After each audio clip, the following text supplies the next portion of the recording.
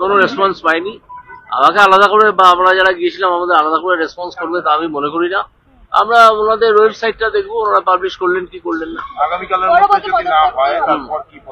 একটু ওয়েট করুন, আমরা আজকে সন্ধ্যাবেলায় বলতে পারবো, বলে দেবো কি পদক্ষেপ হবে।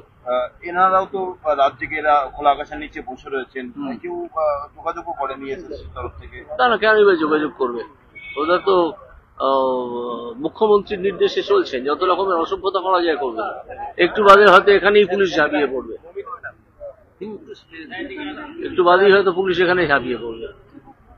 তো আজকে আমরা এসছি, রূপা গাঙ্গুলি এসছেন, রুদ্রনীল এসছেন, আমাদের প্রাক্তন চেয়ারম্যান চিত্তরঞ্জন মন্ডল এসছেন।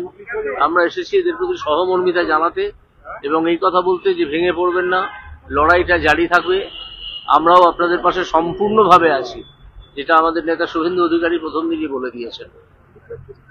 পুলিশ যেভাবে লাঠি মারলো শিক্ষককে সেই হিসাবে দেখা গেল সোশ্যাল মিডিয়ায় পুলিশ যেভাবে লাঠি মারলো শিক্ষককে সোশ্যাল মিডিয়ায় তীব্র নিন্দা ঝড় উঠেছে।